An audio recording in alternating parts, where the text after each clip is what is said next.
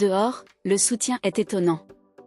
Le monde observe attentivement ce qui se passe aux États-Unis et commence à comprendre clairement le type de leadership encore en place. Et puis, Jack Black est apparu non pas avec sa guitare habituelle, mais avec une mitrailleuse verbale flamboyante, tirant sur Donald Trump en direct, comme s'il rôtissait une dinde lors du dîner de Thanksgiving. La performance a été si dévastatrice que l'on dit que les sourcils de Melania ne se sont pas encore remis du choc, et ses valises sont déjà à moitié prêtes. Qu'est-ce qui aurait rendu Trump plus rouge qu'un bronzage en spray périmé? Préparez-vous, car cette attaque était plus qu'amusante, c'était l'un de ces roasts si intenses qu'il laisse des marques, nécessite de la glace et peut-être même des conseils psychologiques. Jack Black n'était pas là pour plaisanter. Il a prononcé un discours plein de conviction, rappelant que nous vivons l'un de ces moments de l'histoire où personne ne peut rester silencieux. Le moment de prendre position, de montrer de quel côté vous êtes, est maintenant, car à l'avenir, vous voudrez regarder en arrière et dire « J'ai lutté. J'ai essayé. Je ne suis pas resté silencieux. » Trump a été si démoli que, quelque part en Floride, une canette de Diet Coke tremble seule sur un chariot de golf. Si l'ego pouvait fondre, la Trump Tower serait déjà de la vapeur. Et Melania? On dit que sa valise émotionnelle est plus pleine que sa collection de sacs de créateurs, car lorsque Jack vise, il atteint sa cible. Cette fois, Jack est venu avec toute la fureur de l'école du rock, visant la star ratée de la télé-réalité qui est devenue l'homme orange le plus controversé de la politique américaine. Il a parlé de l'importance du vote, de l'engagement des jeunes, et a même critiqué la façon dont les républicains tentent de détourner l'esprit du rock, comme si les guitares électriques et Kid Rock faisaient partie du comité du parti. Black s'est souvenu d'une époque où le rock était rebelle, progressiste et, oui, démocrate. Et puis il a fait ce que des millions d'Américains ont envie de faire depuis des années en réchauffant leurs nuggets au micro-ondes, crier au monde que Trump est essentiellement le résultat de donner trop de pouvoir à un enfant gâté avec accès à un mégaphone numérique et à des secrets nucléaires. Avec sa satire impitoyable, Jack a épluché Trump couche par couche, du faux glamour de célébrité à la gestion incompétente, en passant par le bronzage artificiel digne d'Halloween. Et penser que beaucoup le voyaient encore comme le gars drôle de la comédie, jusqu'à ce qu'arrive 2024, et que les démocrates lui disent « Jack, il est temps de porter quelque chose de plus fort que des blagues. Il est temps d'agir. » Et il a agi. Jack Black n'a pas seulement ridiculisé Trump, il l'a grillé comme un riff de guitare en feu. En mode Tenacious des Total, il a affronté l'ancien animateur de The Apprentice, qui pensait que faire faillite à des entreprises le qualifiait pour diriger une nation. Les blagues étaient si puissantes qu'elles ont probablement déclenché des alarmes à Mar-a-Lago. Mais ce n'était pas seulement de la comédie, il a apporté des faits. Il a examiné le parcours de Trump et a dit à haute voix ce que beaucoup pensent. Tout cela était-il sérieux? On dirait une satire mal faite. Trump, selon lui, est la fusion d'une télé-réalité bon marché avec un audit mal fait. Quelqu'un qui a essayé d'acheter le Groenland comme s'il était dans une vente aux enchères, qui s'accroche au drapeau américain comme s'il représentait sa dette émotionnelle. Et Jack a simplement pointé le miroir et demandé « C'est vraiment ce que vous voulez comme leader ?»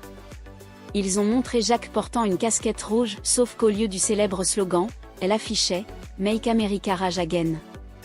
Jack est allé droit au but, il y a des moments où il est impossible d'ignorer ce qui est en jeu. Alors que de nombreux artistes préfèrent ne pas s'impliquer, il a pris position. Et, bien sûr, cela n'a pas plu à la famille Trump. Melania, dit-on, était révoltée non pas pour défendre son mari, mais parce que quelqu'un l'a enfin décrit avec une précision chirurgicale. Elle n'avait pas été aussi irritée depuis que la Maison-Blanche avait interdit ses bougies préférées. Et le pire? Elle doit faire semblant que tout cela l'affecte, car être mariée à quelqu'un qui se vante plus de la taille de la foule que de sa propre honnêteté fiscale doit être un défi existentiel. Jack Black, avec son charme hollywoodien chaotique, a transformé Trump en un fromage politique moisi et peut-être, pendant un moment, a même fait envisager à Melania de cligner des yeux 2 fois en public comme un appel à l'aide. Et si vous pensiez que ce n'était qu'un discours, détrompez-vous, Jack a créé un univers cinématographique complet de critiques politiques. Épisode 1, l'apprenti, la saga du bureau ovale. Épisode 2, le mur invisible. Épisode 3, Insurrection le musical. En mélangeant riffs électriques et ironie mordante, Jack Black a secoué Internet.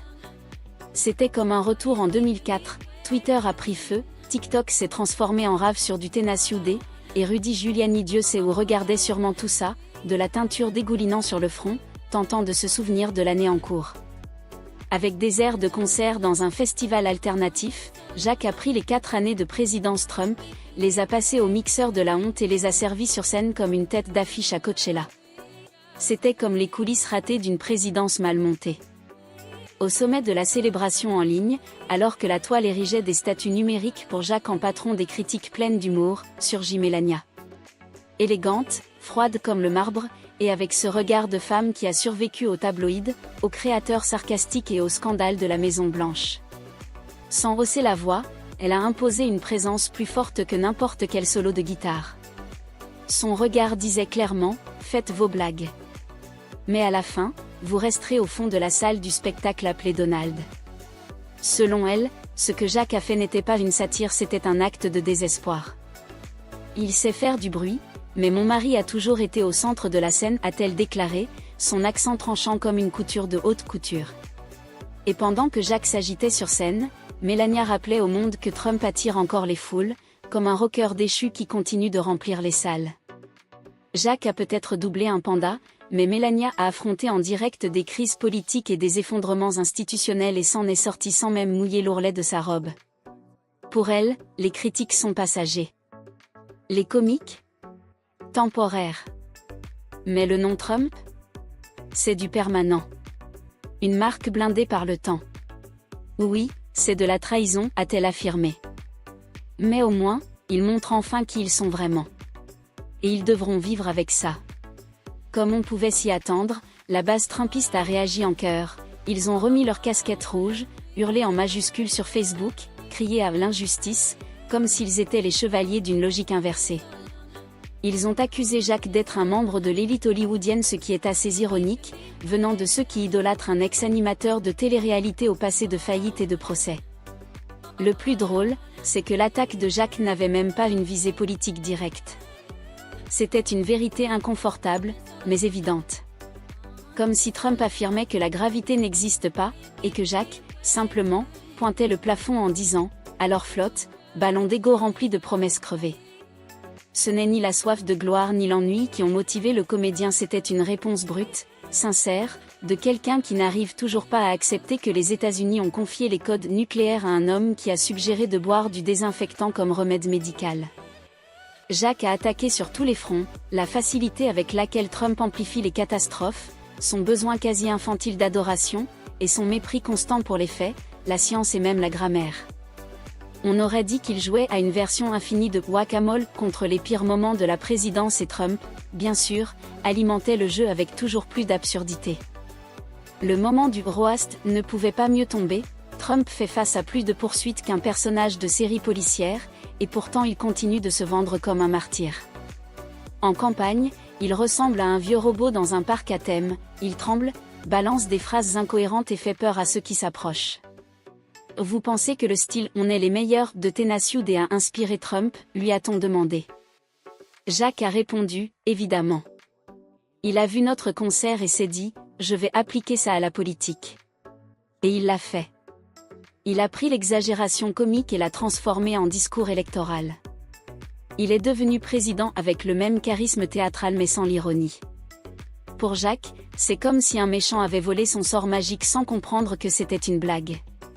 Alors, du côté gauche de la scène, Jacques a crié « L'empereur est nu et son armure émotionnelle est en carton détrempé ». Pendant ce temps, les alliés de Trump essaient de transformer ce moment en médaille d'honneur.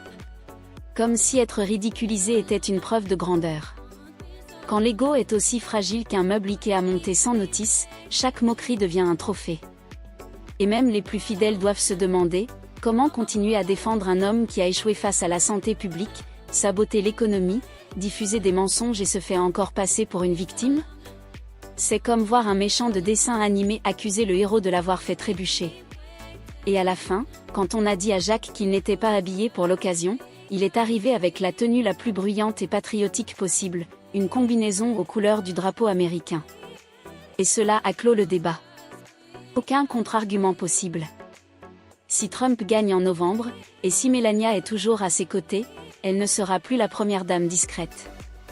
Elle a déjà commencé à réécrire son rôle désormais en tant que défenseuse féroce de l'image de son mari, lançant des piques aiguisées et flirtant avec les tribunaux. Elle a traité Jacques d'irrespectueuse ironie venant de celle qui portait une veste avec l'inscription « I really don't care » d'OU, en pleine crise humanitaire.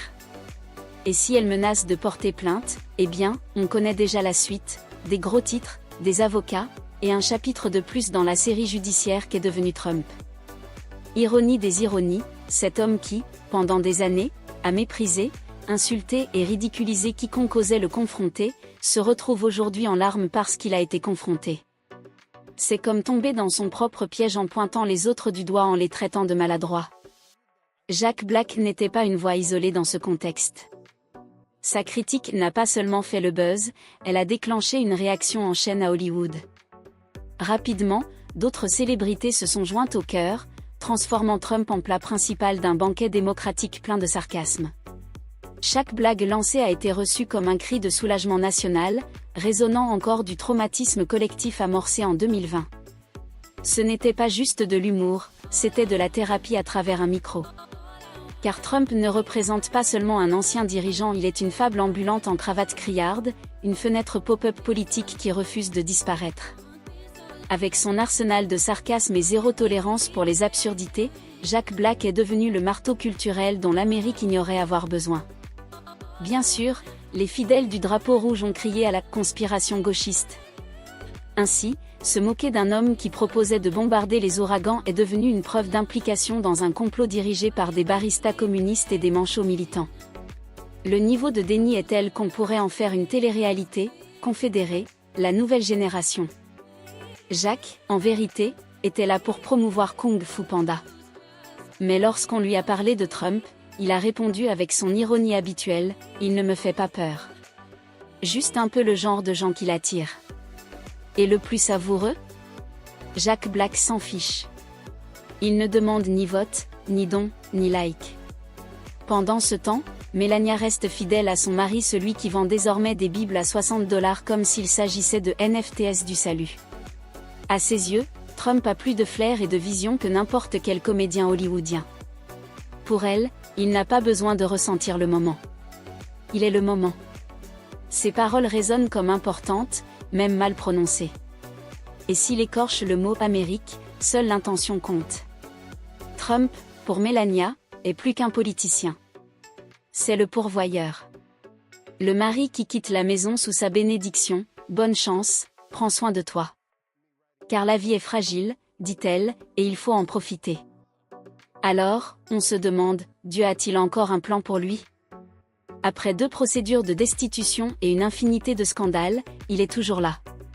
Au final, le roast de Jack Black n'était pas juste une énième blague sur un ex-animateur devenu symbole de discorde nationale. C'était un avertissement, enveloppé de rire, de vérité et de précision chirurgicale. Car Trump ne symbolise pas seulement l'échec politique, il incarne tout ce qu'il y a de pourri dans le mélange entre célébrité, ego et ignorance glorifiée. Jack nous a rappelé, le charisme sans compétence, c'est le chaos en costume. Répété énorme 20 fois, ce n'est pas diriger, c'est de la pantomime pour milliardaires déboussolés.